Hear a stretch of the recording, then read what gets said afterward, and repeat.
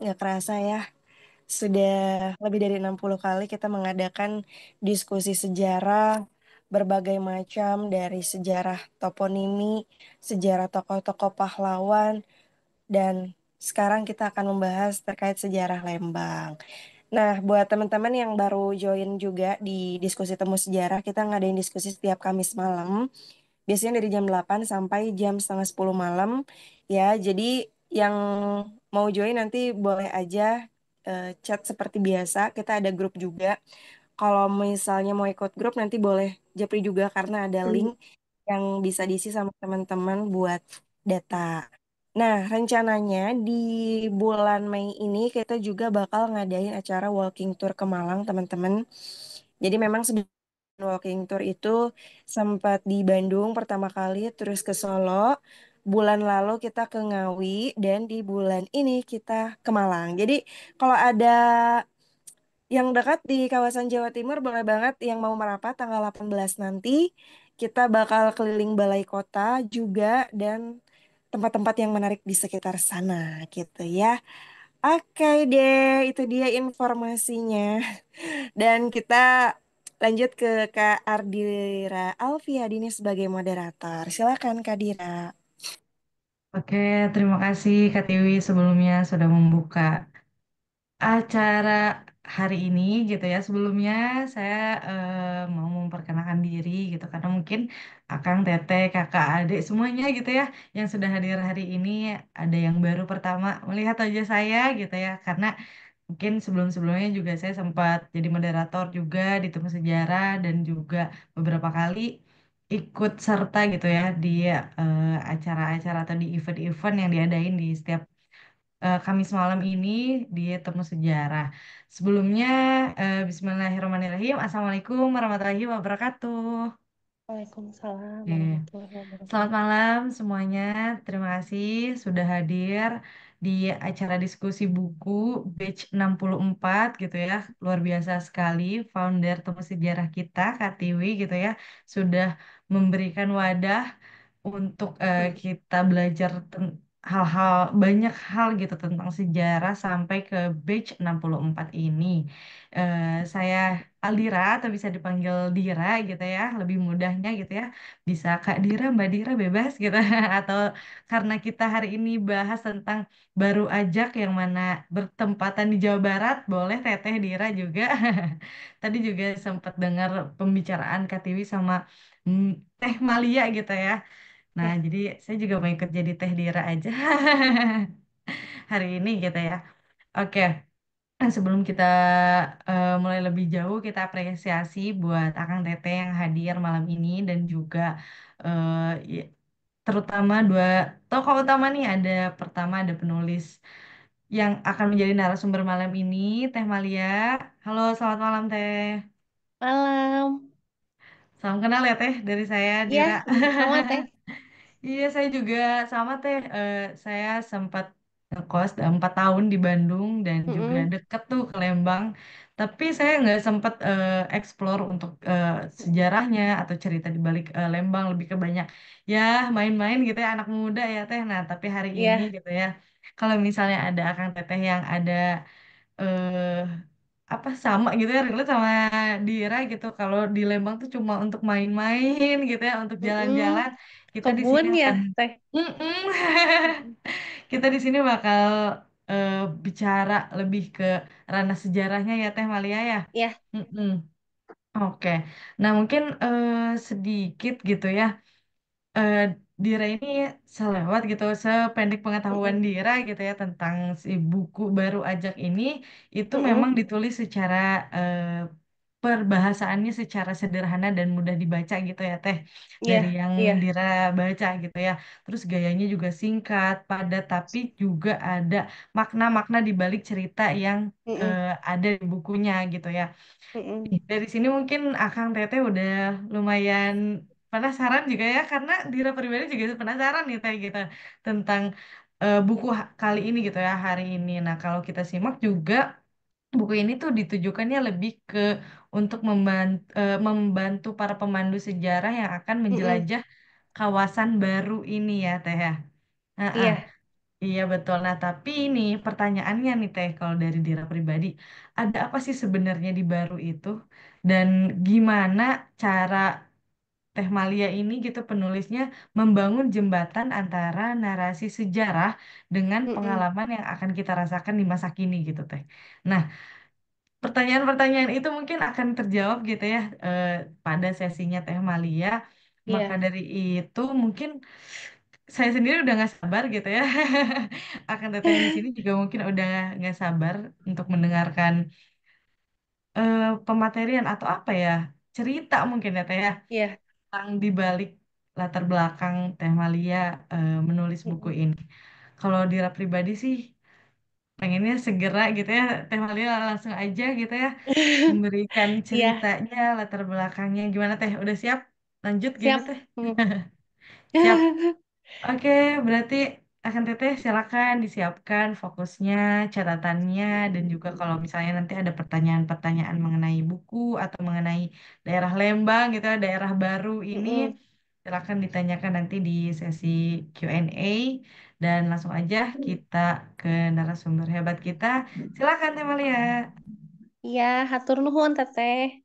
Sami-sami, Mangga Teh. Assalamualaikum warahmatullahi wabarakatuh. Waalaikumsalam warahmatullahi wabarakatuh. Wilujeng wengi, selamat malam semuanya.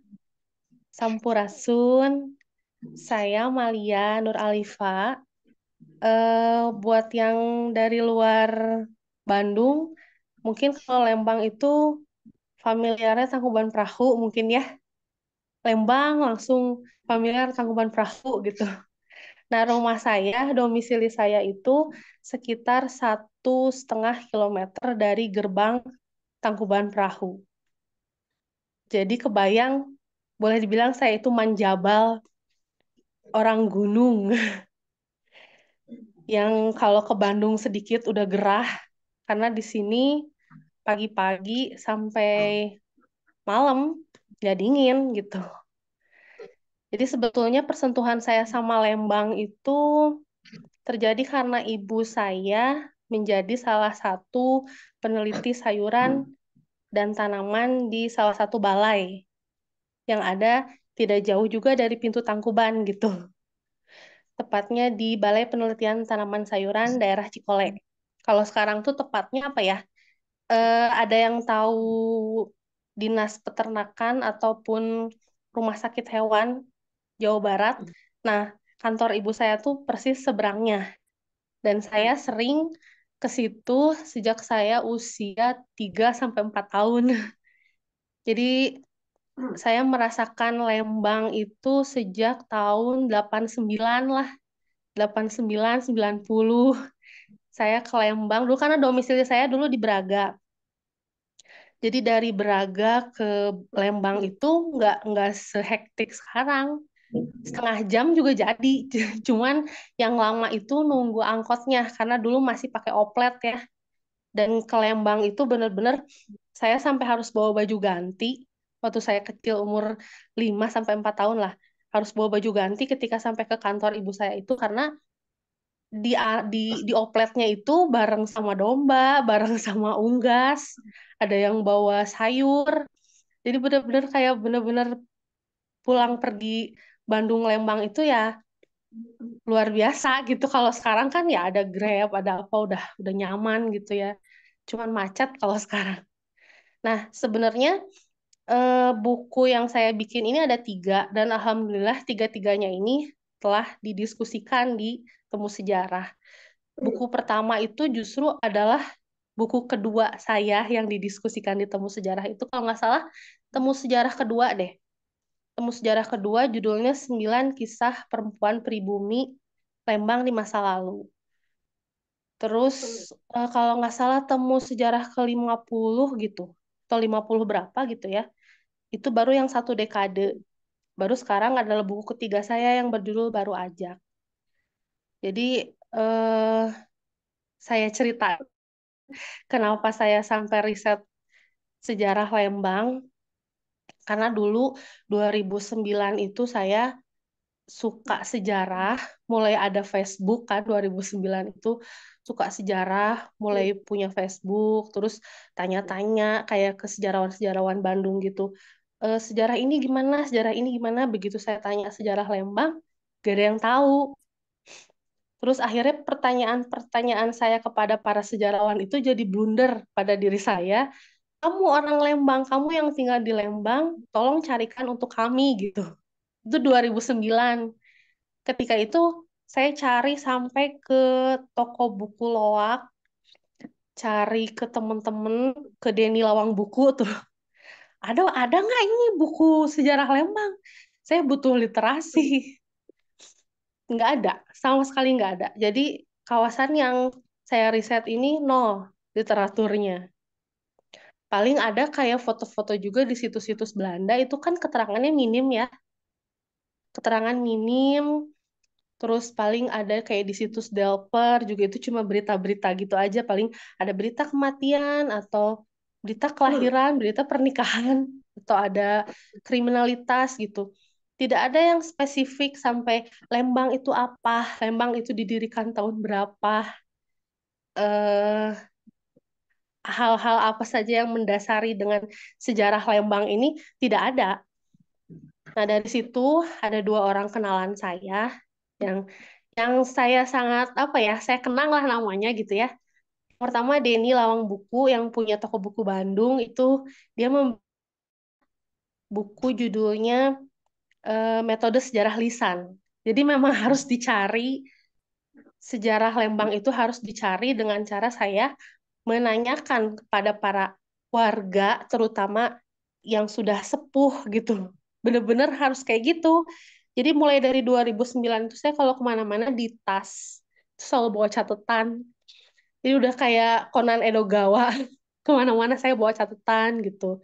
Siapa tahu nanti di jalan ketemu narasumber, atau siapa tahu nanti saya nemu objek bagus, terus ternyata orang yang di dalam objek itu mau diajak wawancara, kan saya nggak pernah tahu ya. Jadi saya selalu prepare itu. Terus teman kedua yang memberikan saya sebuah ilmu adalah Adrenalin Kartasis. Dia memberikan saya buku yang judulnya Andai Saya Menjadi Wartawan Tempo. Jadi saya tuh tidak ada basic sejarah sama sekali karena saya kuliah marketing. Harusnya saya menjadi pegawai pos Indonesia di Nusa Tenggara Timur, tapi karena waktu itu saya hamil anak kedua, jadi saya tidak bawa kerjaan itu, dan akhirnya saya menjadi ibu rumah tangga. Pada saat itu, mulai saya mencari kepingan-kepingan puzzle itu. Ya, dari mulai anak saya TK, saya masih ingat 2009 itu malah ada yang anak kedua saya belum sekolah. Jadi, eh, sampai 2022 baru itu terkumpul ada benang merah, kepingan puzzle, baru menjelma sebuah data yang saya baru pede itu dibikin buku. Makanya buku pertama saya judulnya Satu Dekade, yaitu perjalanan hampir 12 tahun saya meriset gitu. Dan itu memang luar biasa perjuangannya. Kalau orang yang tahu perjuangannya saya sampai naik benteng, sampai ketemu narasumber A, narasumber B gitu ya gimana. Mungkin mereka akan, oh iya, saya tahu dia bawa anaknya pulang sekolah ke narasumber si ini, kadang naruh anaknya di sekolah, terus aku pergi ke narasumber wawancara, aku pulang jemput anak lagi gitu. Terus ya kayak gitu, jadi benar-benar dari nol. Dan kenapa saya memilih Baru Ajak ini untuk dijadikan buku ketiga, karena Baru Ajak ini adalah salah satu sumber yang memang patut harus duluan diketahui sebelum orang-orang mengetahui hal-hal yang lain tentang sejarah Lembang gitu. Jadi dari 12 tahun masa riset saya, 8 tahunnya itu saya habiskan waktu untuk meriset sebuah wilayah yang disebut Baru Ajak gitu. Kan kalau orang-orang luar Bandung mungkin taunya apa ya? Eh, Tangkuban Perahu, terus Maribaya mungkin ya, yang kayak gitu. Sebenarnya ada satu buah wilayah yang di situ ketika kita jelaskan itu akan merangkum semuanya sebetulnya. Merangkum dari mulai Lembang dulunya itu apa, di bawah kerajaan apa, hingga zaman Jepang, pasca kemerdekaan, perang kemerdekaan, itu semua terangkum dalam buku Baru Ajak ini gitu.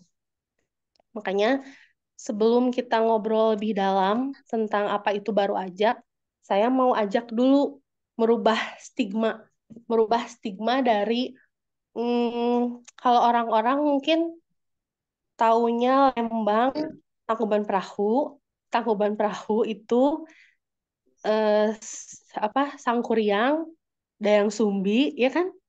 Terus mitos yang hadir di kisah itu sebuah mitos yang kalau menurut saya seperti merugikan kami warga Bandung dan Lembang ya. Karena itu cerita leluhur yang dibuat mitos jadi membuat stigma dan itu sebenarnya harusnya sudah bisa diperbaiki, harusnya sudah bisa dikendalikan, bukan kita melahirkan atau bukan kita memperpanjang stigma itu gitu. Jadi eh, mungkin yang beredar sekarang itu yang diketahui sama orang-orang, Sangkuriang ini lahir dari Dayang Sumbi, seorang putri, dan seorang putri ini menikah dengan anjing berwarna hitam yang disebut Situmang, lahirlah Sangkuriang. Nah, Dayang Sumbi ini merupakan seorang putri yang lahir dari seorang raja yang saat itu berburu di salah satu hutan yang ada di Lembang, terus kebelet tipis gitu ya. Terus akhirnya dia eh, menampung air seninya itu di batok kelapa. Dan air seninya ini diminum oleh eh, babi hutan betina. Hamillah si babi hutan betina itu. Jadilah Putri Dayang Sumbi. Kira-kira itu logis nggak? Dan saya sebagai warga Bandung, sebagai orang Sunda, kayak merasa terzolimi ya. Kayak kok nggak ridho. Saya keturunan dari babi hutan betina, dari anjing berwarna hitam yang bernama Situmang. Nah, ini bisa kita runut dari kisah sejarah Baru Ajak ini gitu karena dulu di Lembang itu berdiri sebuah kerajaan. Nah, ini kita belajar juga ya. Ada kerajaan, ada kemaharajaan. Kemaharajaan itu yang besar seperti Pakuan Pajajaran, seperti Galuh di Kawali, Majapahit itu kemaharajaan. Nah, kalau yang ada di Lembang itu Mandala atau kerajaan kecil. Namanya Saunggalah. Nah, Saunggalah ini salah satu peninggalannya sekarang yang ada itu adalah Sungai Maribaya. Karena dulu Sungai Maribaya kalau kita lihat dari peta-peta lama ya, peta tahun berapa ya, mungkin peninggalan-peninggalan VOC itu saya juga dikasih tahu Karguna waktu itu. Ternyata Sungai Maribaya itu dulu namanya Cisaunggalah. Itu nanti ada hubungannya sama kisah eh, datangnya para warga dari Jawa Tengah ke Lembang, terus mereka menjadi pegawai perkebunan kopi, teh, dan kina, dan akhirnya mereka homesick kan, mereka homesick, akhirnya mereka memakai kata Maribaya yang sebenarnya itu adalah sebuah tempat yang ada di Jawa Tengah gitu. Jadi dulu namanya Cisaunggalah. Itu merupakan salah satu peninggalan dari kerajaan kecil atau Mandala yang bernama Saunggalah. Nah, si Saunggalah ini awalnya itu ada di Kuningan, Kabupaten Kuningan, di bawah Kemaharajaan Galuh Kawali.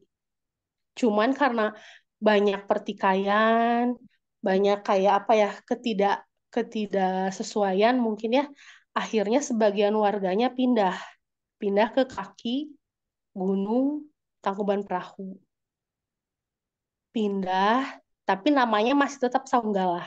Cuman jadi berada di bawah eh, Kemaharajaan Pakuan Pajajaran gitu. Salah satu peninggalan dari Saunggalah ini masih bisa kita temui sekarang. Jadi di Lembang itu ada satu situs yang bernama Batu Lonceng. Jadi kalau kita ke situ, nanti dikasih kayak fotokopian sama si kuncennya. Terus kita Hmm. disuruh suruh baca. Itu kita baca, baca runut runut setelah terakhir, oh ini masuk ke kisah Ciungwanara gitu. Jadi memang tua sekali sebenarnya peradaban yang ada di Lembang ini sampai ketika Junghun datang ke Lembang tahun 1853, dia menemukan berbagai fosil sebetulnya di tahun 1860 dia menemukan berbagai fosil. Nah, yang tidak saya ketahui itu fosil-fosilnya dikemanakan, saya nggak tahu gitu. Jadi dari Saunggalah ini yang bercorak Hindu pada saat itu, kita bisa tahu bahwa Hindu itu kan ada kasta-kasta ya. Ada kasta ksatria, brahmana, ada sudra. Nah, yang bisa menjadi logis dari kisah si Sangkuriang tadi itu ketika kita matchingkan dengan kasta-kasta ini gitu. Jadi si babi hutan betina yang dimaksud di cerita kisah Sangkuriang itu sebetulnya ya perempuan biasa manusia. Cuman karena dia kastanya kasta sudra, jadi disamaratakan lah dengan binatang gitu. Nah, punya anak Dayang Sumbi. Nah, si Dayang Sumbi ini juga menikah dengan laki-laki yang kastanya itu di bawahnya dia, sehingga disamaratakan dengan apa namanya anjing berwarna hitam gitu. Jadi dari sini mulai kelihatan logisnya gitu. Nah, sayangnya mitos yang beredar ini lebih terkenal daripada cerita logisnya gitu. Nah, menurut beberapa narasumber, si peradaban Mandala Saunggalah ini harus hancur ketika letusan Gunung Tangkuban Perahu yang terjadi ketika Pakuan Pajajaran sedang jaya-jayanya. Saya langsung learning by googling tuh. Pakuan Pajajaran di masa keemasan itu tahun berapa? Mungkin sekitar tahun 1480 karena tidak ada tulisan pasti. Karena letusan Tangkuban itu ditulis oleh Junghun tahun 1800-an kan? Iya. 1860 kalau tidak salah. Jadi letusan ketika kerajaan atau Mandala Saunggalah ini ada, hanya ada sebuah ucapan lisan dari para narasumber yang mengatakan bahwa si Saunggalah ini hancur sama letusan Tangkuban ketika si Kemaharajaan Pajajaran ini sedang jaya-jayanya gitu. Jadi hancur peradabannya itu sekitar tahun 1480. Hancur, eh ya tersisalah beberapa orang gitu ya, tersisalah beberapa masyarakat dan ada lagi data ketika tahun 1680. Ketika itu ada 5 rumah di Jayagiri, tapi bukan Jayagiri yang sekarang ya.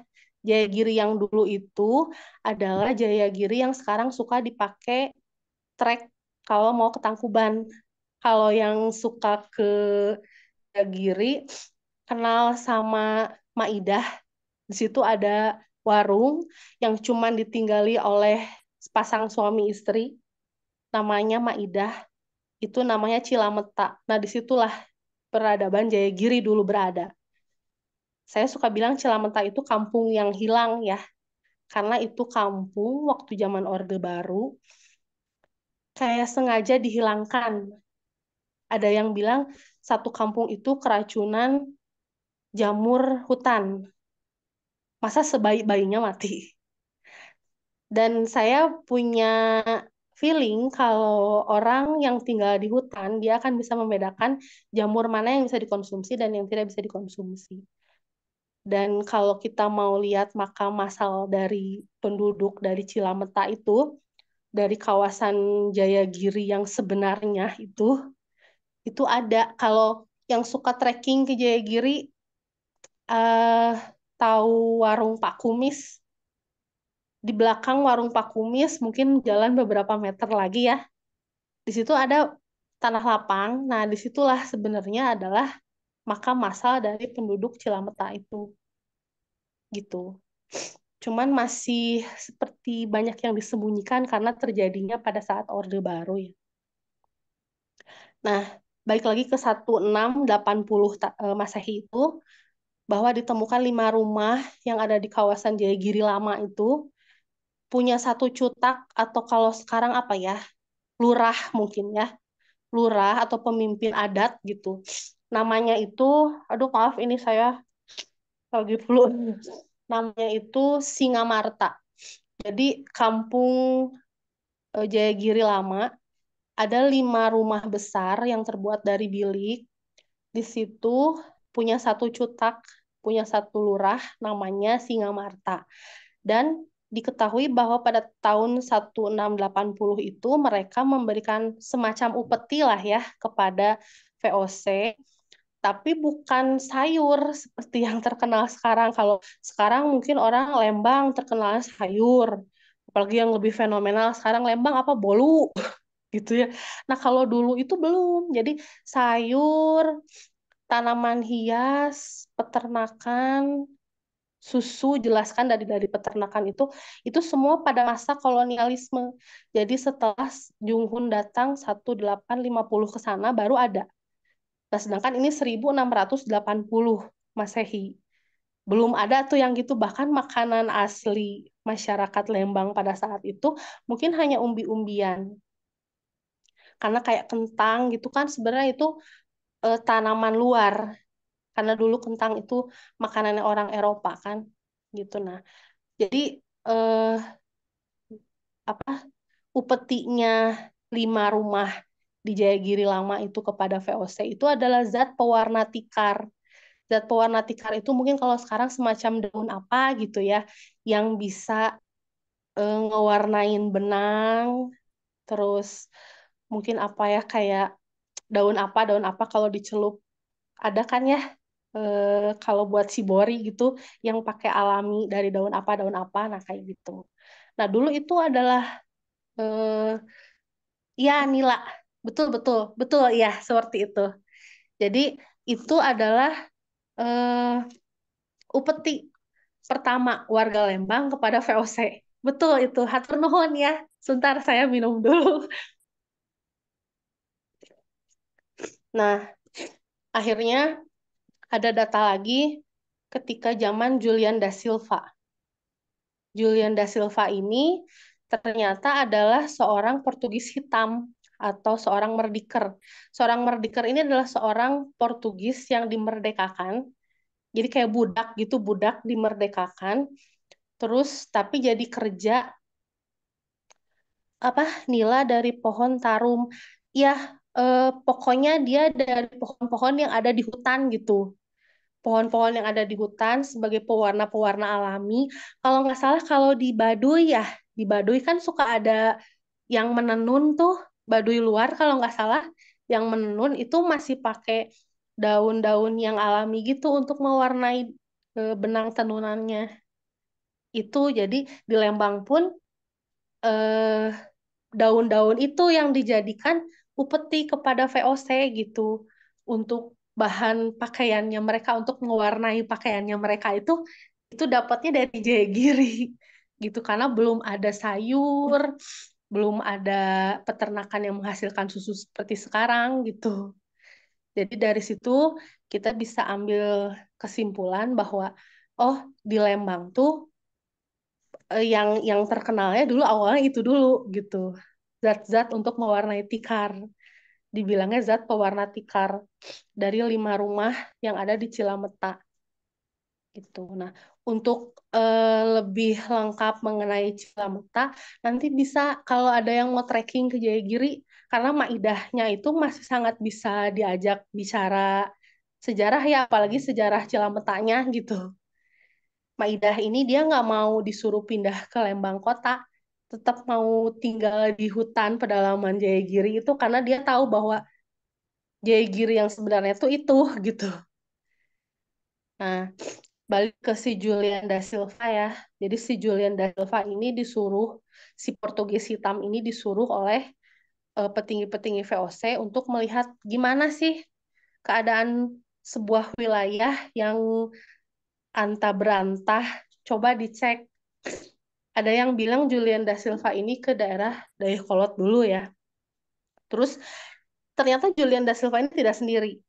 Jadi dia bersama koloninya dan akhirnya ada yang terus ke atas menuju utara Bandung. Hingga ada yang berkoloni di daerah Ciraten. Karena di Ciraten itu perkampungan tua. Ciraten, Geger Kalong, itu perkampungan tua. Sampai akhirnya dia menemukan sebuah gunung yang mereka sebut dengan Gunung Lembang. Ada yang pernah ke Observatorium Bosca. Nah, Observatorium Bosca ini berada di Gunung Lembang. Kalau sekarang kan kita nyebutnya orang Lembang tuh Bukit Bosca ya. Karena itu kan bukit, jalannya juga aspal. Kita bisa pakai motor langsung. Tapi kalau dulu dibilangnya gunung. Jadi Gunung Lembang gitu. Nah, Gunung Lembang ini akhirnya dipilihlah sebagai tempat tinggal oleh para Portugis hitam itu. Karena salah satu pegawai baru ajak yang jadi narasumber saya, dia mengatakan bahwa bahasa asing yang ada di Lembang selain Belanda itu adalah bahasa Kreol. Setelah saya teliti, bahasa Kreol itu adalah bahasa orang-orang Kampung Tugu ya. Kalau di Jakarta masih ada Kampung Tugu. Jadi Kampung Tugu adalah anak turunnya dari para Portugis hitam ini. Jadi beberapa data yang saya temukan 12 tahun itu saling memberikan benang merah. Tapi itu tidak serta-merta langsung gitu ya. Benar-benar harus sabar, kayak saya cari kepingan puzzle satu persatu. Jadi selama 12 tahun itu kayak terpetakan dengan secara alami. Nah, akhirnya ditemukanlah data bahwa para Portugis hitam ini menempati Gunung Lembang. Si Gunung Lembang ini banyak sekali anjing hutan. Kalau orang Sunda bilang anjing hutan ini ajag. Ajag. Akhirnya keluarlah kata baru, nama baru bagi Gunung Lembang, yaitu Baru Ajak, yang saya jadikan buku ini. Jadi baru baru Ajak itu adalah nama baru dari Gunung Lembang yang diberi nama oleh para Portugis Kreol ini, oleh para Portugis hitam ini. Karena saking banyaknya anjing hutan yang mereka temui di situ. Jadi kayak habitatnya dulu itu di situ. Nah, terus waktu saya kecil ya di daerah Baru Ajak ini banyak saya temui rumput. Rumputnya itu ada bunganya. Bunganya itu, mohon maaf nih ya, karena saya tukang makan. Bunganya itu mirip kayak sempol ayam. Mohon maaf nih. Terus mirip kayak krondog. Ternyata setelah diteliti itu adalah rumput lembang namanya. Kalau orang sini bilangnya jukut lembang. Nah, si jukut lembang itu ternyata menjadi toponimi dari kawasan Lembang itu gitu. Saya ada buku Belanda namanya apa lupa ya.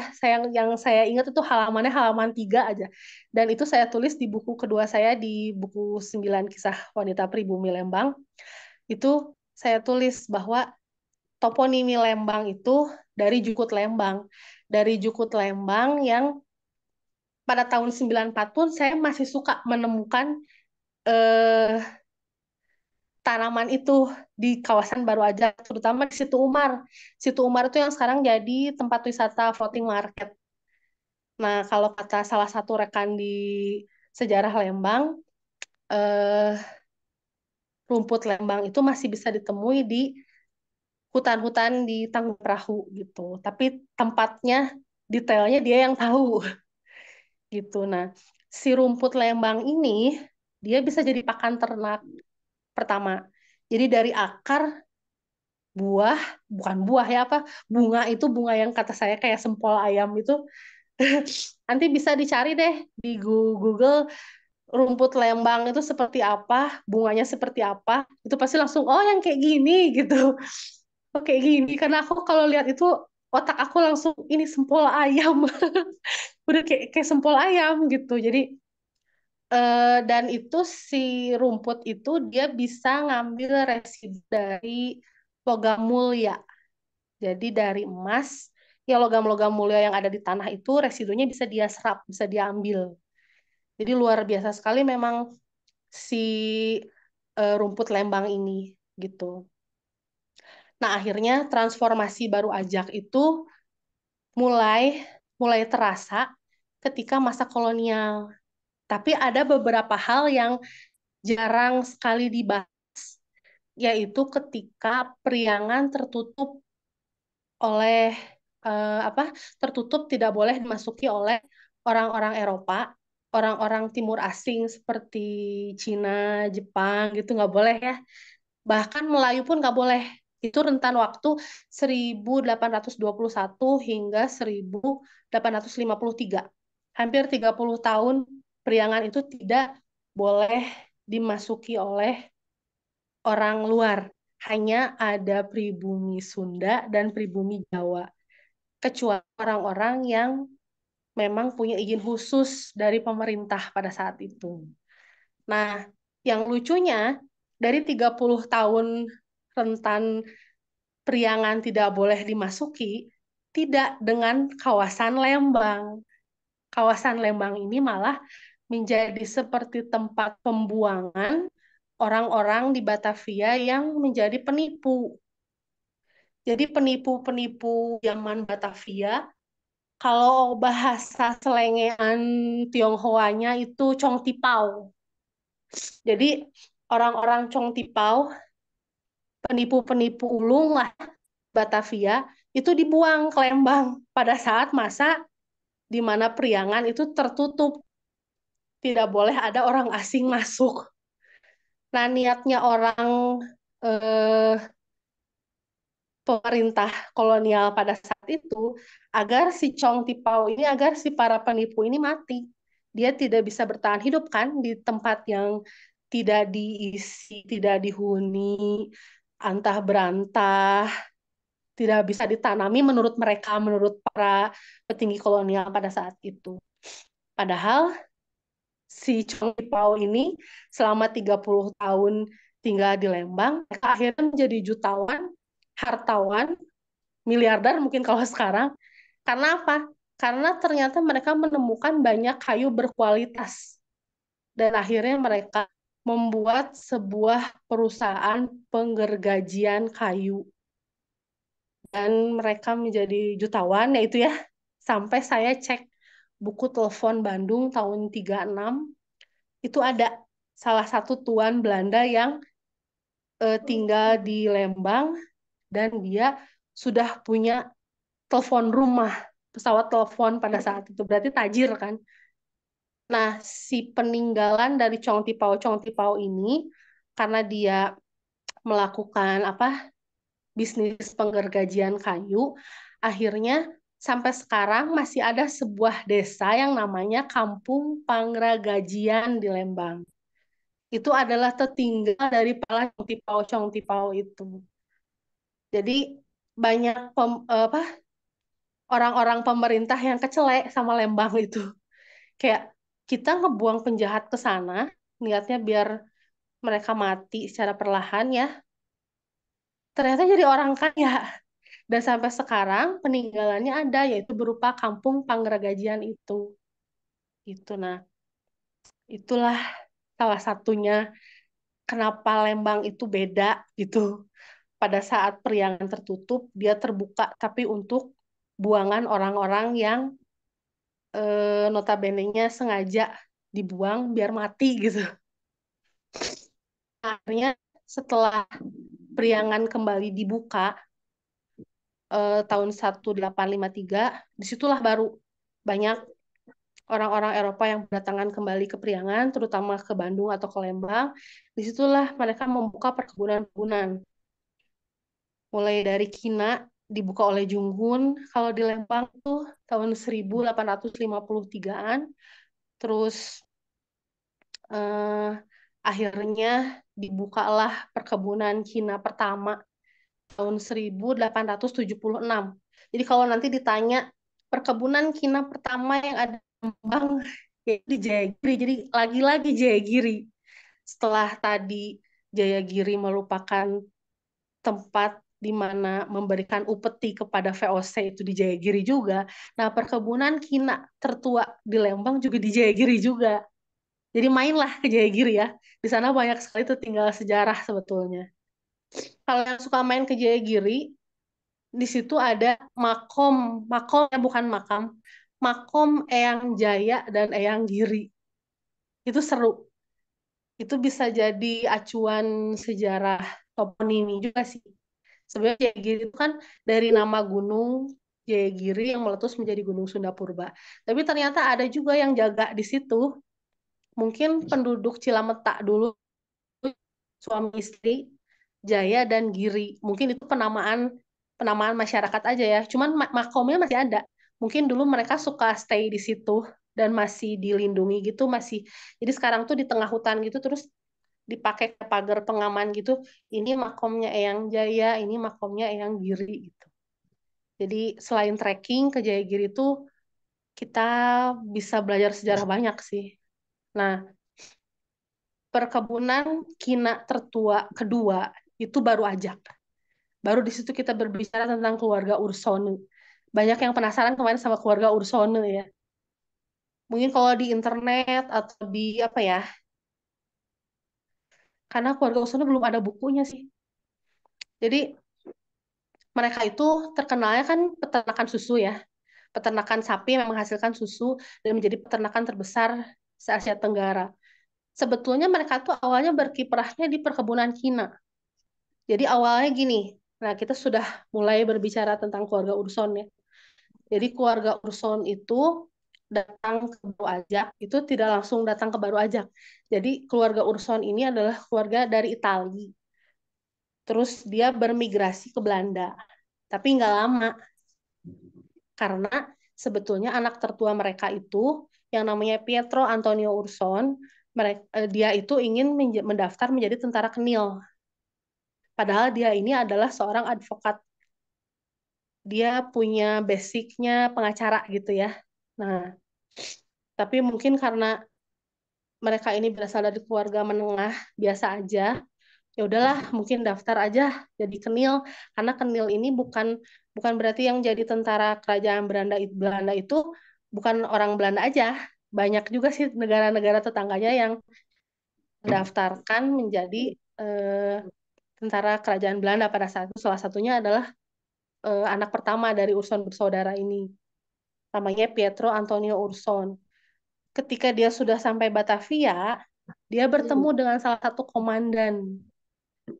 Nah, komandannya ini dia bekas artileri perang Aceh dan dia juga setelah nanti berkiprah di Bandung, dia juga menjadi orang yang eh, diperbantukan di perang Lombok tahun 1890 kalau nggak salah.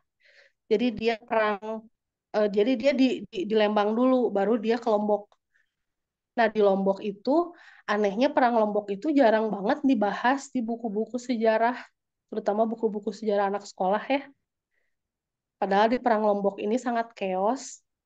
Nah, si komandan yang menemukan Pietro Antonio Urson di Batavia ini, dia berhasil meluluhlantakkan kerajaan Lombok. Dan dia berhasil mengambil menjarah emas-emas dari kerajaan Lombok ini. Jadi udah jadi orang kaya banget. Bahkan salah satu temannya, saya lupa namanya, dia mengambil naskah negara Kertagama yang ada di kerajaan Lombok gitu. Saking chaosnya ya, jadi sampai semua dijarah gitu. Nah, hasil penjarahan itu nanti akan mengembangkan Baru Ajak sih nantinya. Jadi Baru Ajak itu 1876, dia pertamanya perkebunan Kina dulu. Jadi si komandan ini bertemu dengan Pietro Antonio Urson di Batavia ketika mendaftarkan menjadi anggota KNIL. Kalau sekarang mungkinnya kebayang sama saya bawa formulir, bawa CV mungkin gitu ya. Terus jangan cowok itu ambil menghadap saya gitu kata si komandannya. Ambil terus jangan daftar, ikut saya ke Bandung. Akhirnya seorang yang basicnya advokat dan dia punya cita-cita mau jadi kenil, ternyata semua di luar ekspektasi dia harus ngurus perkebunan Cina. Kebayang nggak? Yang dia sama sekali nggak ngerti ini harus gimana, harus harus berawal dari mana, gimana menanam Cina itu seperti apa dia nggak pernah tahu. Jadi urusan bersaudara itu cikal bakalnya seperti itu dulu.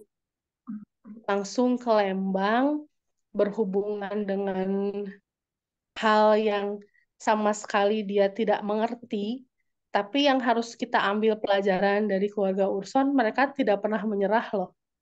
Saya tahu ini kisahnya karena dari cucunya Pietro Antonio Urson cerita langsung.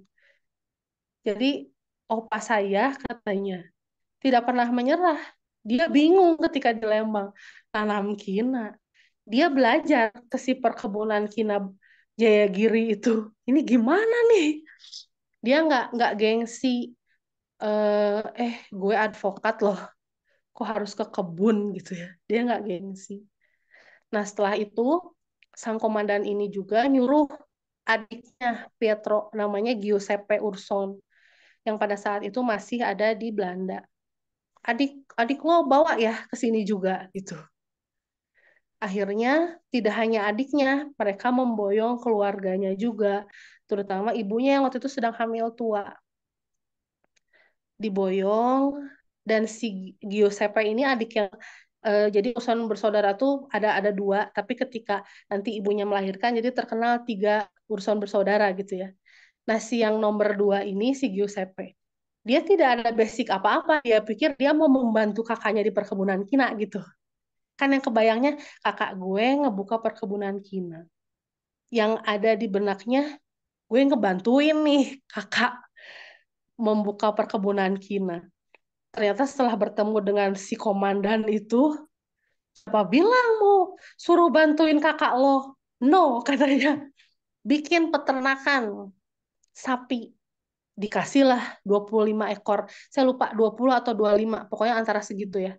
Dikasih segitu, terus kalau bisa ini sukses, kalau bisa ini berhasil segala macam. Udah, terus ditinggalkan dulu si komandannya perang kelompok dulu. Kebayang nggak tuh kakak beradik dua bingungnya kayak gimana? Saya udah kebayang kayak mukanya muka Oon, muka celenok gitu ya kayak yang "Hah, gimana?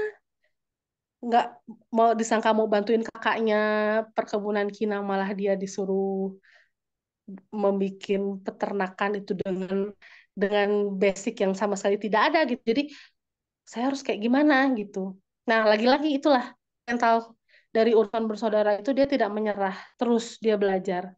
Sampai dia menemukan seseorang yang bernama Dancer.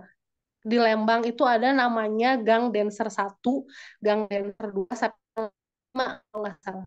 Ternyata bukan dancer penari ya, ternyata itu adalah Tuan Dancer.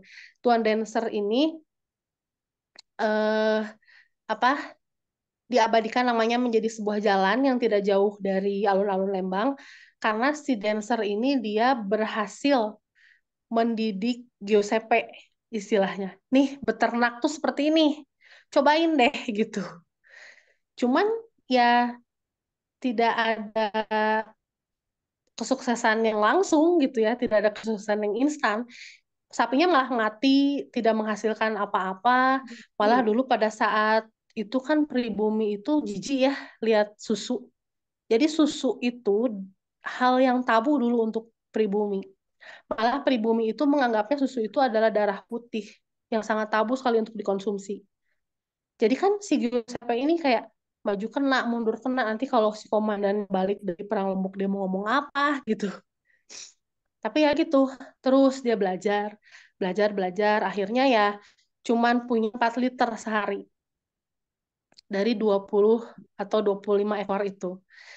Nah, akhirnya lama-lama ya namanya juga orang belajar ya, lama-lama lumayan tuh jadi nambah si literan susunya gitu ya. Minimal tidak ada sapi yang mati gitu. Lumayan. Kalau sekarang sih kita mau masuk ke hal yang baru tinggal googling ya. Learning by googling. Salah satu keuntungan manusia zaman now itu. Lah kalau orang zaman dulu mau nanya siapa gitu. Nyuratin siapa, nyampainya kapan gitu. Jadi kayak ya itulah dilemanya. Dua urusan bersaudara itu seperti itu. Akhirnya si komandan pulang. Nah, dia bawa rampasan perang Lombok tuh. Dari situ mulai tuh beli sapi banyak, fasilitas semua edunkeun kalau kata orang Sunda. Terus dia datangkan ahli yang nantinya menjadi balai inseminasi buatan. Makanya di Lembang itu ada balai inseminasi buatan. Kalau orang Lembang bilangnya BIB gitu ya. Ya itu tertinggal dari keluarga Ursone dari sang komandan itu. Jadi akhirnya berkembang asalnya 25 ekor. Tahun 1933 menjadi, ada yang bisa nebak berapa ekor? Ada yang bisa nebak nggak ini? Ada yang bisa nebak dari 25 ekor jatuh bangun dari nol kemampuan, akhirnya disuplailah dengan modal yang cukup besar, datangkanlah ahli segala macam. Akhirnya dari 25 ekor sapi pada tahun 1933 6 ekor sapi. Menjadikan sebuah peternakan, yes, 3.000 mendekati Teh Boyo ya. 6.000 6.000 ekor sapi. Wah, kalau kalau kita kalau kita tanya ke berbagai narasumber di baru ajak sekarang kan ada satpam-satpam gitu yang masih bisa kita tanya ya. Mereka sampai, iya, BIB itu memang dibuat pada zaman Orde Baru, tapi BIB itu adalah sebenarnya tertinggal dari PT Baru Ajak. Nanti saya ceritakan di akhir ya. Jadi eh, sapi-sapinya yang 6.000 itu sampai di Angon. Di Angonnya sampai ke Pangjebolan yang mau ke kawasan Pencut, ke kawasan Cipaku, sampai ya, tapi si sapi-sapinya itu dia pulang lagi. Kayak udah ngerti aja katanya. Sampai 1933 dengan 6.000 ekor sapi baru PT Baru Ajak atau dulu namanya Envi ya. Envi Baru Ajak memiliki sekitar 1.500 orang pekerja. Baik itu pekerja di kantor, pekerja kandang, mandor, ataupun pekerja yang eh, potong rumput untuk kasih makan sapi. Kayak gitulah ya. 1.500 pekerja. Kebayangkan, mungkin hampir setengahnya warga Lembang pada saat itu bekerja di PT Baru Ajak. Makanya ketika kalau saya tanya eh, narasumber, ternyata banyak yang kakeknya atau buyutnya bekas pegawai Baru Ajak. Karena saking besar perusahaan itu. Nah, terus tadi ada yang tanya BIB ya. Jadi ceritanya gini, selain untuk menghasilkan susu berkualitas, harus memiliki ibaratnya si kualitas si jantan yang bagus gitu tah. Si jantan yang bagus ketika dikawinkan dengan betina, ketika itu ketika si betinanya hamil terus melahirkan, jadi bisa menghasilkan susu yang berkualitas itu seperti apa. Nah, didatangkanlah ahli-ahli karena si komandannya kan sudah punya banyak duit nih dari rampasan perang Lombok. Didatangkanlah ahli-ahli. Nah, ahli-ahli ini yang pertama didatangkan itu namanya Tuan Derut. Tuan Derut dan bermukim di kawasan yang jadi kantor ibu saya, di Balitsa, daerah Cikole. Nah, makanya kalau kita nanya di narasumber yang ada di Cikole, oh iya, eta Balitsa yang punyanya Tuan Derut, itu masih pada hafal tuh. Nah, Tuan Derut ini adalah ahli memilih jantan mana yang berkualitas. Tapi kan rumahnya domisilinya di Balitsa. Jadi Balitsa itu segitu gedenya Balitsa itu 10 hektar kalau nggak salah, segitu gedenya. Itu adalah tempat di mana sapi-sapi baru ajak yang mau memasuki masa kawin ditaruh di sana, dimasuk ke fase inseminasi buatan gitu. Karena kalau tidak apa ini izin, ya nanti dibacain. Nggak keburu kebaca. Itu yang tiga gunung di Lembang ya, ya hatur nuhun. Karena tiga gunung di Lembang itu jadi dari Gunung Jayagiri, jadi Gunung Sunda Purba, dari Gunung Sunda Purba itu jadi Gunung Burangrang, Uban Perahu, dan Gunung Putri. Kalau nggak salah Gunung Sundanya juga sedikit sekarang masih ada ya di daerah kawasan situ Lembang. Gitu ya hatur nuhun. Nah, balik lagi ke balai inseminasi itu. Nah, akhirnya berkembang akhirnya menjadi balai sendiri, akhirnya menjadi kayak perusahaan sendiri gitu, perusahaan. Karena saking berkembangnya nanti banyak peternakan-peternakan yang lain juga selain baru ajak di Lembang, akhirnya dia membuat sebuah perusahaan di yang lahan Balitsa itu, balai inseminasinya punyanya dia gitu. Nah, kalau kita tanya ke orang BIB yang ada di Jalan Kayu Ambon di Lembang, itu mereka akan bilang, memang kantor kita dulunya di Balitsa, itu tukar guling gitu. Eh Harusnya BIB di sana, Balitsa yang di Kayu Ambon gitu. Pada saat pasca kemerdekaan, barulah berdiri secara resmi ditandatangani oleh pemerintah Republik bahwa ini menjadi Balai Inseminasi Buatan. Padahal sebenarnya itu adalah tertinggalnya baru ajak, tertinggalnya masa kolonial gitu. Nah, seperti itulah puncak dari kejayaan baru ajak itu. Dia menjadi peternakan, bahkan si perkebunan kinanya itu harus hilang. Si perkebunannya kina itu akhirnya disewa-sewakan menjadi beberapa hotel. Yang paling terkenal adalah yang menjadi Grand Hotel Lembang. Itu salah satu perkebunan kina. Nah, akhirnya Urson bersaudara ini karena oh iya, bisnis tuh seperti ini. Oke, sekarang kita bikin yang lain. Ada yang bisa nebak? Selain kina, peternakan sapi, keluarga Urson bikin apa lagi di Baru Aja? Riri mungkin bisa jawab. Riri dari sejarah Lembang.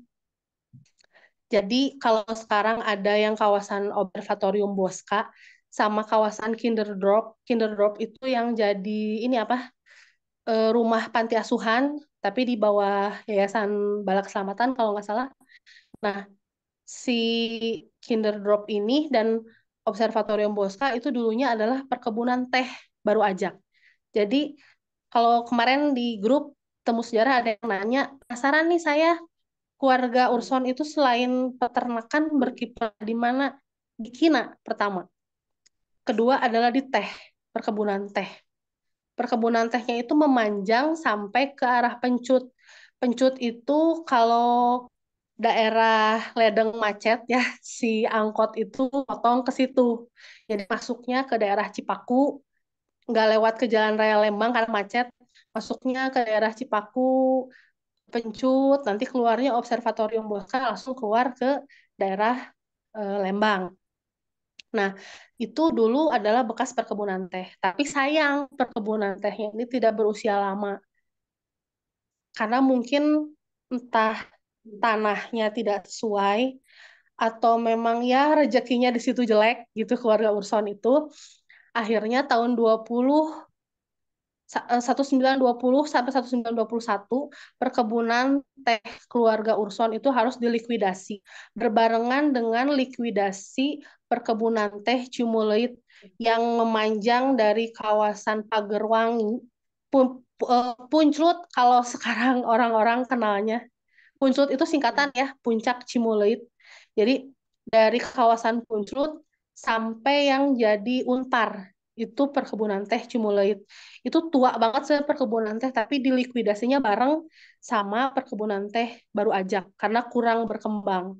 kalau perkebunan teh Cimuloid berkembang menjadi villa-villa yang sekarang banyak tuh ada rumah-rumah kuno di Jalan Gunung Putri ya. Jalan apalagi tuh yang Kiputih kalau di Cimuloid itu. Nah, akhirnya berubah menjadi villa-villa itu si perkebunan tehnya.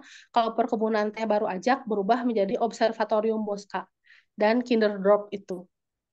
Jadi tahun 1920, 1921 tanaman tehnya sudah dimusnahkan.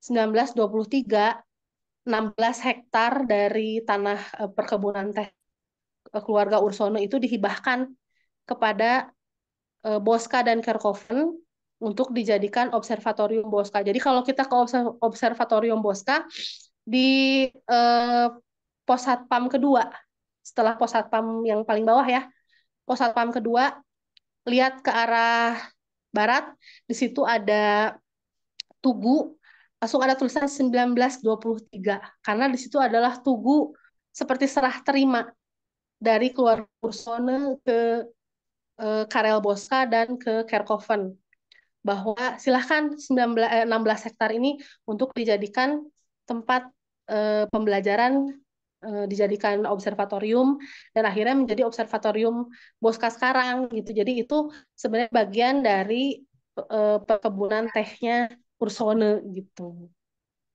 Nah, sebenarnya kan Urson itu tadi saya bilang dua, tapi si ibunya lagi hamil kan. Ada yang lahir satu di Bandung. Ada yang bilang lahirnya di Batavia, ada yang bilang lahir di Bandung. Tapi saya lebih percaya yang lahirnya di Batavia. Mungkin besar di Bandung, mungkin iya. Nah, namanya Alexandro. Ada yang bilang Antonio apa-apa, tapi data Delper dan data narasumber bilang itu namanya Alexandro. Jadi yang pertama Pietro Antonio Urson, anak pertama yang asalnya mau mendaftarkan diri menjadi anggota KNIL nggak jadi itu, yang harus dipaksa membuat perkebunan Cina. Terus yang kedua Giuseppe Urson, yang disangka mau bantuin kakaknya di perkebunan Cina, ternyata kecelek, ternyata disuruh bikin peternakan sapi. Nah yang ketiga ini dia lahir ketika Urson kakak duanya ini udah jadi orang kaya. Akhirnya dia lahir menjadi anak yang gak ngerti usaha dari nol tuh kayak gimana gitu. Jadi si tabiat si Alexandro ini beda sama kakaknya.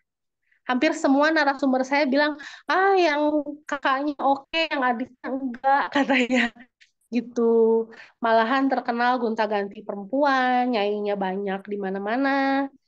Dan dia nggak mau seperti kakaknya ke kebun Cina atau ke kebun tehnya dulu ya, dia nggak mau. Terus dia nggak mau berkotor-kotoran dengan kotoran-kotoran sapi dengan bau-bau yang tidak enak di kandang. Jadi akhirnya kedua kakaknya ini memberikan dia usaha jauh di selatan, yaitu di kota Bandung, tepatnya di kawasan Bancai. Di situ dibukalah seperti apa ya, distributor marmer yang didatangkan langsung dari Itali. Jadi dia mah bergelutnya sama marmer, bergelutnya sama kantor, sama toko, nggak ada bau-bau dari perkebunan, bau-bau dari peternakan gitu. Saking saking dia nggak mau gitu karena gue lahir gue udah orang kaya gitu. Nah itu yang bikin beda. Nah akhirnya setelah si Alexandro ini besar, dia terkenal jadi cowok flamboyan gitu. Bahkan ada salah satu keterangan di Delper, di situ ada yang namanya Anita Urson, ternyata dia klaim menjadi salah satu anak dari entah istri keberapa atau entah pacar keberapa, tapi si Anita Urson ini dia memiliki hak waris karena dia sama ibunya ini, sama si pasangannya si Alexandro ini ternyata diurusin seperti akte seperti itunya. Jadi ya polemik keluarga sih sebetulnya. Nah, ketika saya riset yang lain seperti riset Beretti yang bikin Villa Isola, yang memiliki Villa Isola, yang memiliki apa Bumi Siliwangi sekarang, namanya, yang jadi gedung Rektorat Universitas Pendidikan Indonesia tuh yang gedungnya bulat kayak kue ulang tahun raksasa kalau kata saya tinggal dikasih lilin. Nah, itu juga sama flamboyan si Beretti ini. Karena ternyata temenan sama si Alexandro.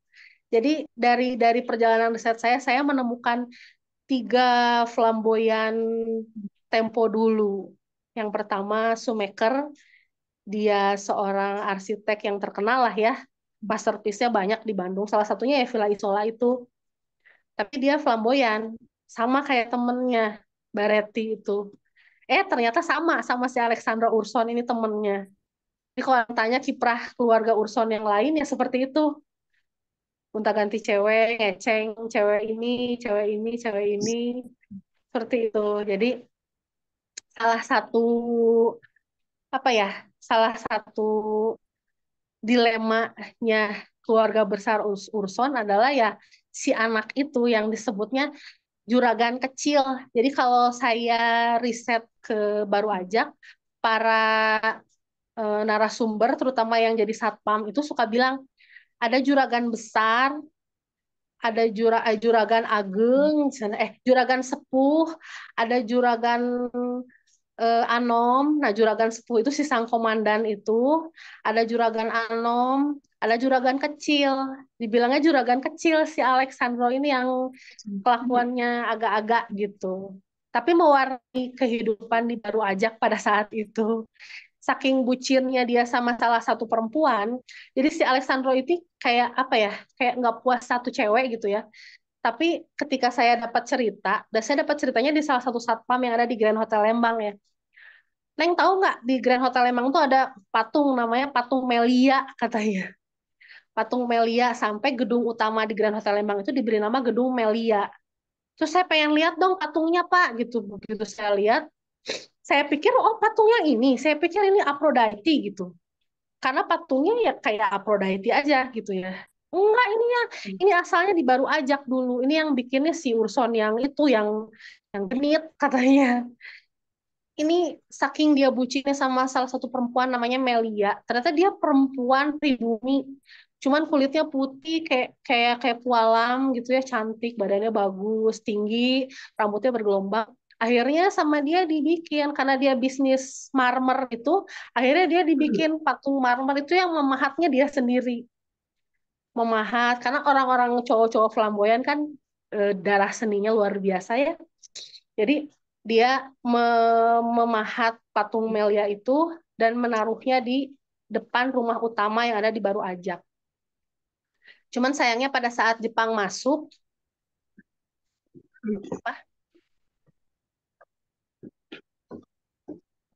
cuman sayangnya pada saat Jepang masuk, si patung ini harus ditaruh di Grand Hotel untuk menutupi makamnya para Jugun Ianfu. Nah, ini kisahnya nanti bisa dibaca hari Sabtu, insya Allah terbit tulisan saya di Bandung Bergerak. Ini khusus saya cerita tentang Jugun Lianfu yang ada di Lembang. Ada hubungannya sama patung yang dibuat oleh Alexandra Urson ini. Nah, akhirnya setelah Jepang datang, mulai hancurlah semua yang dibangun oleh keluarga Ursono ini. Gitu. Jepang datang, sapinya banyak yang diambil, dijarah, ya dijarah sama Jepang itu sendiri karena Lembang itu jadi tempat tinggal para petinggi Angkatan Laut Jepang yang sekarang jadi Sindang Reret Cikole, yang sekarang jadi Dodik Bela Negara yang ada di Cikole, itu adalah tempat bermukimnya para petinggi selain di Isola ya. Karena kalau kata Karguna sih ya yang riset langsung, si Isola ini pada saat Jepang masuk malah jadi museum, museum Perang Asia Raya kalau nggak salah. Di depannya itu dikasih tank. Jadi mereka domisilinya itu si orang-orang Jepang itu petingginya itu ya di Lembang, di yang Sindang Reret itu bekas rumah Tuan Elman. Nah, jadi si Baru Ajak ini hancur, dijadikan camp internir khusus anak-anak cewek cowok yang belum akil balik gitu ya, terus sama perempuan. Salah satu narasumber saya adalah dia yang pernah tinggal di interniran itu, ketika itu usianya masih 9 tahun. Jadi dia merasakan betul bagaimana kejaman Jepang ketika dia di camp bersama keluarganya yang perempuan di interniran di Baru Ajak itu. Sampai ketika saya kalau berkunjung ke rumahnya, si narasumber saya itu masih punya salah satu peninggalan marmer dari si Alexandro. Berupa apa ya? Kayak vas bunga, tapi bentuknya unik sekali. Jadi memang Alexandro ini orang yang nyentrik, orang yang jiwa seninya tinggi. Itu sampai ada, masih ada di rumah narasumber saya. Ini kenang-kenangan nih. Waktu pas keluar dari internir, saya bawa ini katanya. Kenang-kenangan karena dia menghabiskan masa bermainnya dia di situ, apa dibawa gitu jadinya. Nah, akhirnya baru ajak ini ketika Jepang masuk hancur, apalagi ketika perang kemerdekaan. Nah, tapi ketika tahun 60 masih ada nih anak turun keluarga Ursonnya. Jadi si Pietro Antonio Urson yang paling pertama itu meninggal tahun 35 sebelum Jepang masuk. Si Alexandro yang bungsu juga dia umurnya nggak lama. Ada yang bilang dia kena penyakit, mohon maaf ya, kayak seperti sipilis gitu. Nah, terus dia meninggal tahun 39. Nah, yang berumur panjang itu Giuseppe. Giuseppe ini harus di camp internir tapi khusus Itali yang ada di daerah Gudang Selatan, Bandung. Tapi dia karena ya namanya interniran ya, apalagi usianya juga udah nggak muda, akhirnya dia meninggal di sana. Giuseppe itu meninggal di camp internir di Gudang Selatan, khusus untuk orang-orang Itali pada saat itu. Jadi yang kembali lagi ke Baru Ajak setelah Perang Kemerdekaan, keponakan-keponakan mereka, salah satunya adalah Antonio de Biasi. Pada saat dia kembali lagi merangkul pekerja-pekerja yang sudah ada yang ngungsi ke Garut, ada yang ngungsi ke Tasik, katanya pekerja-pekerja Baru Ajak itu. Akhirnya dirangkum, di apa namanya, diraih lagi oleh Antonio de Biasi, tapi sayangnya ya keburu, oh iya siap, akhirnya keburu ya mulai diakuisisi oleh pemerintah segala macam dan akhirnya menjadi sebuah tempat yang apa ya, jadi si sertifikatnya itu timpang tindih yang menjadikan Baru Ajak itu sekarang kalau orang Lembang ya, orang Lembang asli, begitu saya ngomong Baru Ajak langsung wah tempat paling sengketa di Lembang. Padahal dulunya merupakan tempat yang sangat indah, mulai dari Saunggalah, mulai dari apa pembelajaran tekad keluarga Urson di situ dari nol sampai sukses harus berakhir dan berakhirnya ini menjadi tempat yang paling tersengketa di Lembang gitu. Oke, mungkin segitu aja. Kalau yang mau datang ke kawasan Baru Ajak, kemarin di Temu Sejarah saya udah kasih alamatnya. Pokoknya cari aja piknik kopi Lembang. Langsung keluar nanti rumah rumah ini, rumah yang ada di buku saya. Ini jadi kedai kopi, jadi tempat makan enak juga di sini. Dan eh, apa keasrian keaslian dan asrian dari tempatnya masih sangat terjaga. Jadi kalau yang mau ke Lembang, langsung aja di Google Map-nya dicari kopi piknik kopi Lembang gitu. Nanti bisa merasakan lah apa yang tadi saya ceritakan, bisa merasakan langsung di tempatnya akan lebih ngena gitu. Oke, mungkin segitu aja. Kita ke sesi pertanyaan kali ya, Teh Tiwi ya? Iya boleh teh. Kita masuk ke Q&A gitu ya. Tadi sebelumnya Dira mau Oh, apresiasi rumah, banyak. rumah, rumah yang ada di buku saya, yang ini sebenarnya kapel. Kapel. Hmm. Nah, di rumah ini kan di atasnya, kalau ada yang main ke sana, di atasnya itu ada tulisan Dice. Dice ini istri dari yang Urson yang kedua, yang Giuseppe, yang dipaksa harus menjadi seorang peternak. Tapi Urson bersaudara ini domisili rumah utamanya itu di Cipaganti. Banyak rumah-rumah di Cipaganti, terutama di Jalan Hatta, terus di Dago, itu rumah-rumah utama mereka. Jadi kalau di sini mereka kerjanya doang. Kalau rumah utama yang ada di Lembang itu sekarang udah jadi McD. Jadi McD, jadi gacoan, jadi pom bensin Shell. Karena mereka juga selain Marmer tadi, si anak turunnya, ini ponakannya itu, dia bikin pabrik farmasi. Namanya Carlo Erba Farmintalia gitu. Karena salah satu keponakan Urson ini adalah dokter farmasi. Jadi mereka apa namanya berkiprah di pabrik obat juga. Cuman sayangnya sekarang udah habis, udah rata. Aset-asetnya sudah berubah menjadi yaitu menjadi McD, menjadi gacoan, menjadi pom bensin Shell. Cuman si pabrik belakang itu masih ada. Waktu itu saya sama Karguna dan Gara sempat lihat ke sana, masih ada. Cuman emang keasliannya udah cuma bisa dilihat sedikit banget gitu. Rumah yang ada di sini yang jadi piknik kopi itu kapel, ruangan kapel. Saya mau cerita jangan ya. Jadi sebenarnya di sini ini ada loji. Ini ada loji Freemason di sini. Karena mereka semua orang-orang yang tadi saya omongin, keluarga Ursone, si komandannya, Tuan Dancer, terus orang-orang Bosca seperti apa ya, Jeff Vaught gitu.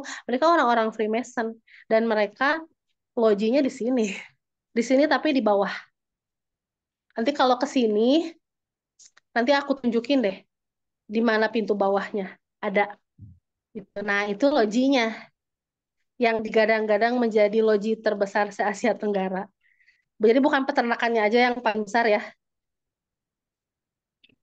Iya, betul. Grand Hotel itu kabarnya mau jadi waterboom.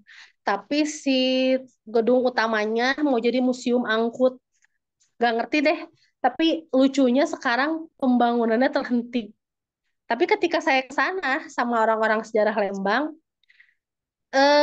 patung Melia yang ada di sana sudah hilang, sudah tidak ada. Terus ketika saya tanya ke satpam, udah dipindahin ke rumah. Rumah siapa?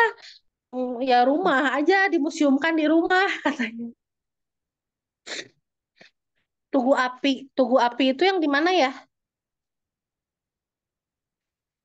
Tugu Api, Tugu Api yang di Lembang. Kalau yang di Lembang itu yang hilang itu yang jelas ada Arca. Saya sama Teh Tiwi waktu itu pernah sempat ke rumah itu, namanya Gedong Arca. Oh, Tugu Sapi. Iya, Tugu Sapinya hilang. Tugu Sapinya hilang. Dan itu juga kalau saya nanya ke narasumber sampai pada nangis narasumbernya. Itu tuh heroik. Jadi dulu waktu zaman tahun 98 reformasi baru ajak juga dijarah. Sampai para pekerja, para satpam, para mandor itu nggak berani keluar rumah. Bahkan untuk makan mereka tuh disuplai dari koad yang ada di bawah. Jadi sesudah makam Oto Iskandar di Nata di Lembang itu ada belokan itu ada koad suplai makanan pegawai baru ajak itu dikasih sama koad karena kalau dia keluar takutnya dia jadi sasaran amuk massa karena dia masih bekerja pada saat itu baru ajaknya dikelola oleh orang Tionghoa ya gitu. Jadi tahun 98 kan gitu ya rasis banget. Jadi mereka tuh ketakutan. Nah, salah satunya adalah mau dibongkar patung sapinya, tapi belum belum belum jadi. Cuman pada akhirnya ya dibongkar juga pada akhirnya. Jadi di Baru Ajak itu bukan hanya sapi kualitas. Di Baru Ajak itu ada rusa Toto. Rusa Toto yang dikembangbiakan dan itu dagingnya dimakan oleh para mandor, oleh para orang Eropa yang berkunjung ke Baru Ajak gitu. Dan rusa Totonya waktu itu benar-benar dijarah tahun 98 tuh habis rusa Totonya itu dijarah. Jadi kebayang ya tragedi. Oh iya boleh, boleh boleh. Mangga mangga. Hmm, Terusin dulu teh, terusin dulu. Ya, Terusin dulu yang tadi rusa totolnya. suaranya kurang jelas ya. Diterusin aja dulu katanya teh, yang tadi tentang Rosa Totalnya. Oke, Ya, baru nanti akangnya nanya gitu. Silakan teh, dilanjut teh. suaranya kecil. Suara saya sekarang gimana teh?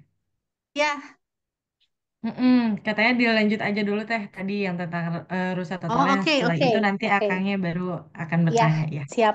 Mangga teh. Mm-mm. Ya, jadi kayak gitu. Jadi baru aja tuh chaos sih dulunya.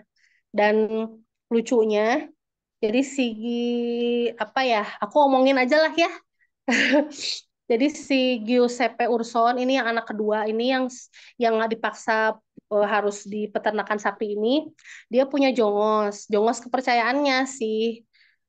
Jongosnya orang asli Lembang, kepercayaannya dia, saya nggak akan sebut nama ya. Pokoknya jongos kepercayaannya. Terus karena saking sayangnya sama jongos kepercayaannya ini, akhirnya di inilah dikasih lah, kasih pinjam ibaratnya, kasih pinjam tanah. Silahkan kamu nanti yang ngelola kayak gitu. Cuman ketika pasca kemerdekaan, entah kenapa, jadi anak turun dari si jongos itu yang merasa bahwa ini adalah miliknya dia gitu. Jadi heboh lah. Jadi di Baru Ajak tuh banyak polemik. Makanya buku saya ini awalnya ada disclaimer. Saya tidak akan membahas kesengketaannya walaupun saya tahu persis sengketanya seperti apa karena saya 8 tahun berkutat di sini. Tapi kalau saya bahas takutnya nanti jadi bahan acuan orang-orang yang hanya ingin ngambil keuntungan dari data-data saya.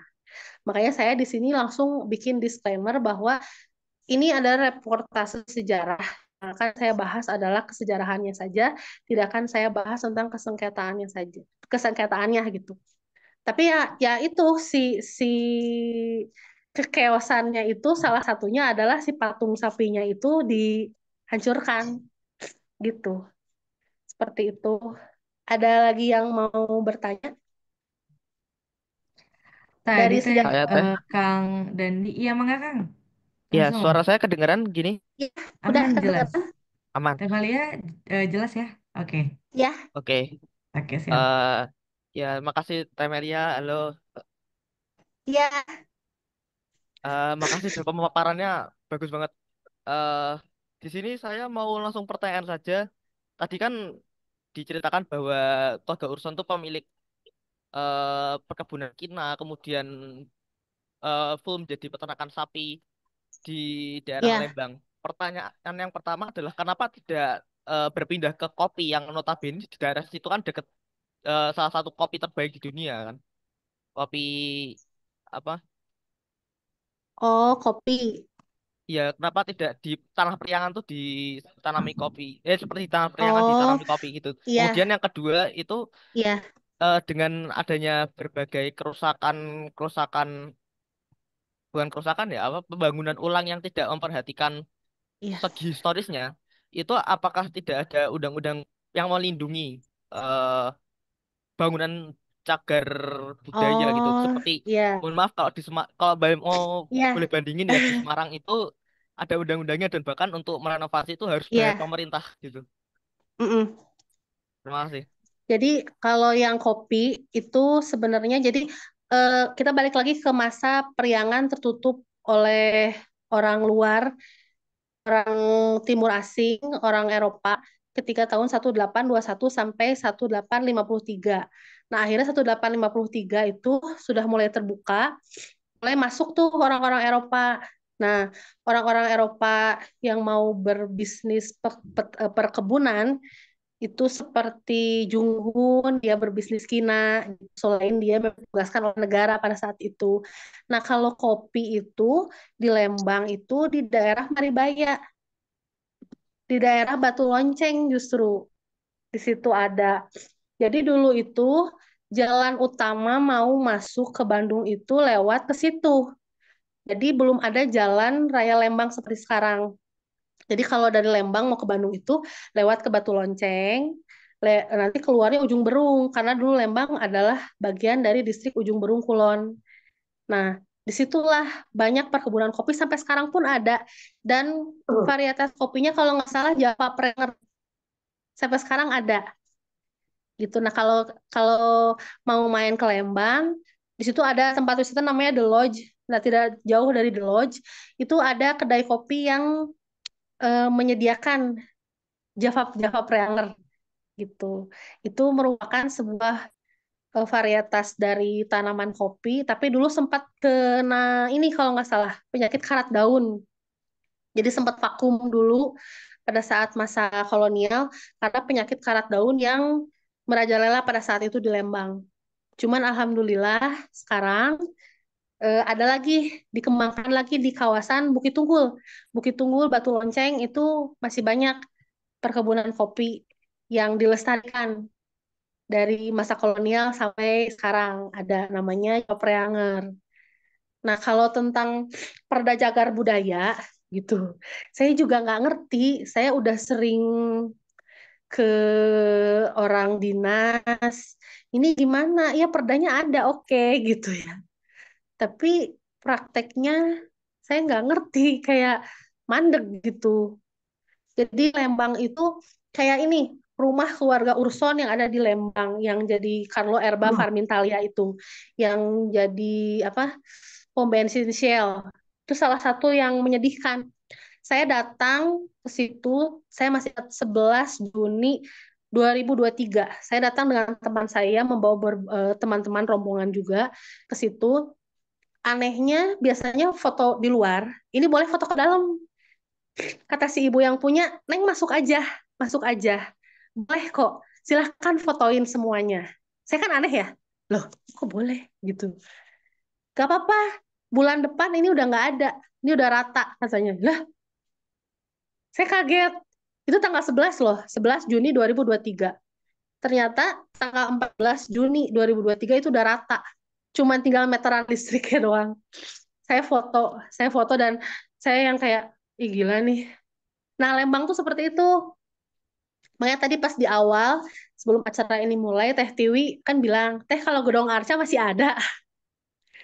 Gitu, saya bilang, oh plafonnya udah mulai mau ambruk, karena kata si Mang yang jaga, ada yang ngambil lampunya, lampunya dipretelin, otomatis plafonnya kan turun, gitu. Eh, jadi ya kalau udah kayak gitu, gimana?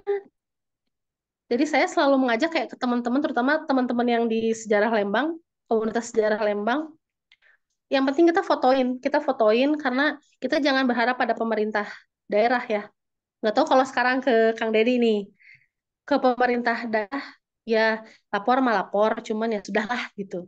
Kita punya action sendiri, kita fotoin, terus kita cari sejarahnya kayak gimana, kita taruh foto itu, kita arsip sejarahnya, siapa tahu nanti tidak ada, kita punya gitu untuk generasi ke depan dan untuk para penyintas sejarah. Karena kalau nggak gitu, susah, Lembang itu susah.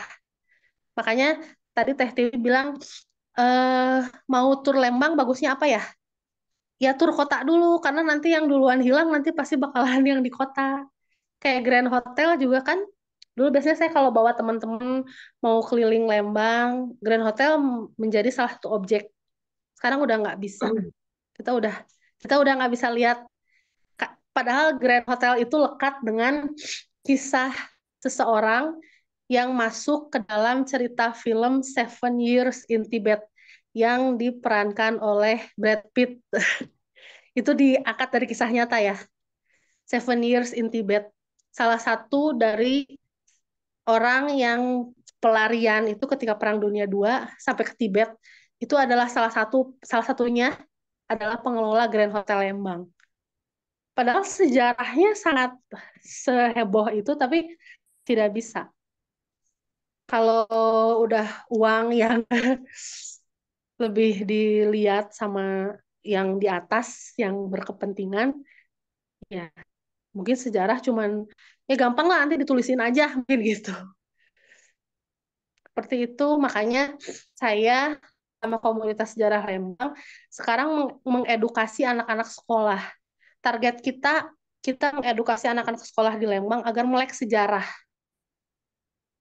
tuh. Keren, keren, ya betul, setuju. Karena ya gitu, jadi kalau kita nggak buat generasi melek sejarah dari sekarang, ya habislah sudah gitu. Padahal Lembang itu tempat yang indah, Lembang itu tempat yang Freemason aja. Memilih Lembang menjadi loji terbesar se-Asia Tenggara. ada something berarti di Lembang. Kenapa dari Sabang sampai Merauke Lembang yang dipilih sebagai itu? Iya kan? Gak mungkin lah kita sebesar itu memilih tempat abal-abal. Tapi sekarang jejaknya hilang gitu. Kalau nggak kita yang cinta sejarah atau kita yang warga lokalnya tidak mau melestarikan, minimal kita foto gitu. Boleh, kalau mau ikut komunitas sejarah Lembang, bisa follow IG-nya Sejarah Lembang. Itu banyak informasi menarik juga di situ. Nanti sama adminnya digiring bagaimana untuk menjadi anggota komunitas gitu. Ya, ada lagi yang mau bertanya? Jadi ya gitu, Gedong Arca juga tempat yang saya Eh, sama Teh Dewi datengin. Teta punten ini ada yang ngerasain lagi. Mungkin satu pertanyaan terakhir ya Teh. Ya, Silakan boleh? Mas Yuda Muhammad. Silakan. Oke, halo selamat malam Teh Adira, Teh Maria, Iya. Akang Teteh semuanya. Jadi gini Teh mau bahasa gitu Teh. Saya penasaran yang situ Lembang itu boleh diceritain nggak bagaimana Oh bagaimana? iya, iya. Itu aja sih Teh. Situ Terima kasih Lembang Teh. itu ya itu bagian dari kaldera dulu ya. Jadi dulu itu kan Gunung Jayagiri. Ini kalau ada Gan-Gan sih bisa ditambahin. Saya nggak tahu Gan-Gan ikutan atau enggak. Jadi dari dulunya itu Gunung Jayagiri, terus Gunung Sunda Purba, terus Gunung Sunda. Nah, dari letusan-letusan, jadi Gunung Jayagiri itu kalau nggak salah 4.000 meter di atas permukaan laut. Nah, salah satunya itu si yang jadi situ Lembang, bahkan yang jadi kota Lembang itu adalah bagian dari kaldera si Gunung Jayagiri itu. Jadi saking besarnya ya, gitu. Nah, ya untuk orang Sunda ya, tuh. Lembang itu lumbung, lumbung itu puser. Puser itu maksudnya tengah-tengah. Jadi kayak apa ya? Inti gitu. Makanya kalau mungkin kalau ada budayawan gitu ya, dia akan lebih ngerti sih. Makanya kenapa sampai ada apa yang kemarin itu yang tadi saya ini pas di pertama itu yang si Sangkuriang sama Dayang Sumbi sampai seperti didolimi seperti itu sampai sejarah kita itu seperti diburamkan karena memang ada peradaban besar di situ seperti pusar seperti tengah-tengahnya gitu. Nah, si situ Lembang itu adalah bagian dari itu gitu. Cuman saya sekarang situ Lembang itu nggak boleh untuk umum ya. Itu dipakai oleh apa namanya? eh bukan koa dipakai oleh Kopassus untuk latihan perang, latihan nembak sama ranjau darat gitu.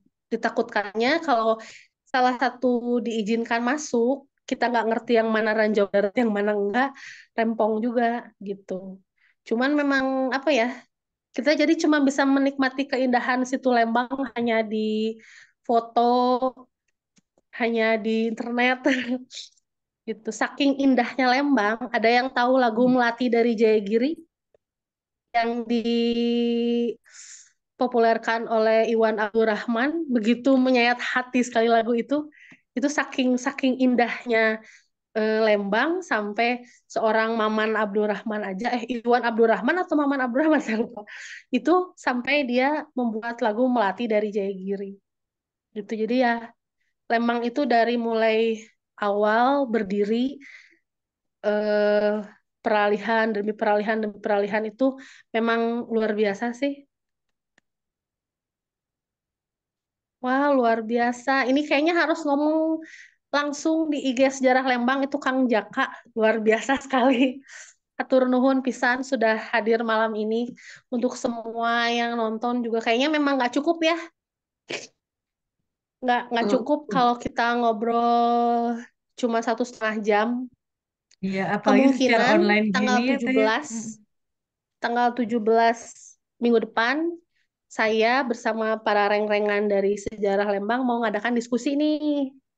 Nanti flyernya dibagikan lah ya di Temu Sejarah ya. Mudah-mudahan bisa pada datang. Jadi kita bisa bahas Lembang dari nol sampai detail sampai masa Jepang segala macam itu bisa. bisa di karena kalau ngobrolin Lembang kayaknya nggak cukup kalau cuman beberapa jam gitu. Ya, seperti itu mungkin Teh. Iya, mungkin nggak terasa ya Teh. Ternyata udah 1 jam setengah. Ternyata kalau misalnya bahas hal yang exciting itu 1 jam setengah Ya, sangat tidak cukup gitu ya. Apalagi secara daring gini ya Teh. Kita ya. lebih enaknya face to Berarti nanti face ada ngobrol. turnya kan? Nah, nanti hal-hal yang tadi saya ungkapkan nanti bisa kita datangi langsung. Seperti ini loh baru Setuju. ajak, seperti ini loh Mm-mm. Gedung Arca, seperti ini loh Grand Hotel, tapi cuma kita bisa lihat dari luar ya. Seperti ini Ya, loh Carlo Erba gitu. Jadi kalau cuma diobrolin kayaknya agak gimana. Nanti kalau ke sana kayak ngerasain langsung dan tolong mm-mm. dokumentasikan gitu. Tolong dokumentasikan Mhm. karena Betul. itu yang sangat diperlukan untuk kita gitu, mendokumentasikan itu untuk menolong Iya, betul. bangunan cagar budaya di Lembang gitu.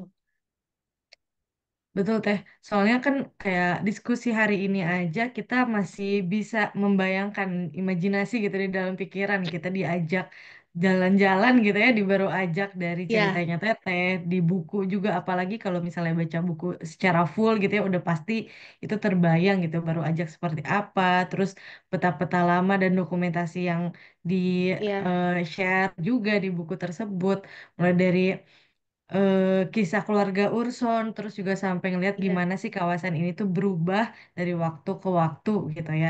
Nah, mungkin di lain kesempatan yang seperti tadi sudah banyak apa ya kayak kesempatan-kesempatan lain gitu ya, dimulai dari nanti eh, komunitasnya Teteh gitu ya, bisa share juga flyernya gitu di ya, Temu Sejarah gitu ya. boleh. Mm-mm. Ataupun nanti kita temu sejarah explore langsung ke Lembang gitu ya. Nah, buat Ya, Akang Teh. Mm-mm. oke. Saya sih excited banget ya. Ya, Teh, semoga ada kesempatan kita ketemu lagi. Akang Teteh yang ada di sini juga amin. semoga ada kesempatan juga kita discuss lebih dalam tentang Lembang gitu ya, tentang sejarah yang ada di sana. Nah, Ya, karena sayang sekali gitu ya, hari ini malam ini kita sudah di 1 jam setengah. Terima kasih banyak buat Kak Malia khususnya Teh. ya, Terima kasih banyak, hatur nuhun ya, sudah berbagi bersama sama-sama kita. Teteh. Sudah bahasanya lebih ke merangkum Ya, 8 tahun Teteh itu gitu ya yang tunggu sebentar, dituangkan saya di buka buku kunci gitu pintu ya. dulu. Mangga Teh. Saya juga mau ngucapin terima Oke. kasih banyak ke Akang Teteh yang hadir di sini ataupun kakak-kakak gitu ya, yang bukan dari Jawa Barat gitu ya, tapi mau mengenal lebih dalam tentang baru ajak, especially di Lembang gitu ya. Nah, semoga nanti kita ada kesempatan lain dan kita juga semoga akan ada kesempatan membedah buku-buku lainnya di Temu Sejarah batch-batch selanjutnya. Sampai jumpa buat Akang Teteh. Terima kasih banyak sudah meluangkan waktu. Terima kasih atas partisipasinya, tanya jawab dan diskusinya. Ya, Sekian mungkin. Nah, sebelum kita selesai mungkin kita dokumentasi ya Teh ya. oke boleh. Nah, Oke, karena dokumentasi sangat penting gitu ya. Bisa jadi ini jadi sejarah Teh. Oke, boleh. Akang, Teteh, dan teman-teman peserta lainnya yang mau on cam, yang mau memperlihatkan wajah-wajahnya, silahkan. Oke, hmm, oke. Belum main banyak nih Teh. Kak Tiwi mau on cam atau kita stay seperti ini? eh Biar bantu screenshot. Boleh Kak Dira. Kalau Kak Dira ini pakai laptop gak? Pakai laptop, aman. Iya, Aku aku bantu boleh screenshot ya. voting sama Kak Dira aja deh. Karena laptop aku Oke lagi. deh, sip. Yaudah deh. Siap ya semuanya bergaya masing-masing gitu ya, karena silakan, siap. Senyum dulu kali, senyum kali ya. Oke, semuanya udah nih, on cam semua nih. Oke, oke, siap. 1, 2, 3.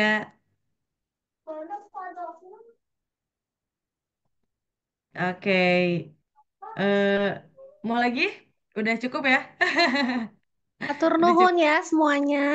Sehat selalu. Siap, sami-sami teteh. Terima kasih Hatur Teh Malia nuhun, dan akang Kak teteh, Tiwi. akang-akang yang pada on cam ini atur nuhun, mangga kalau ada yang mau live. Selamat malam semuanya. Ya, Malam Ya, teh, mangga teh, selamat istirahat teh. ya, hatur nuhun. Assalamualaikum. Waalaikumsalam warahmatullahi wabarakatuh.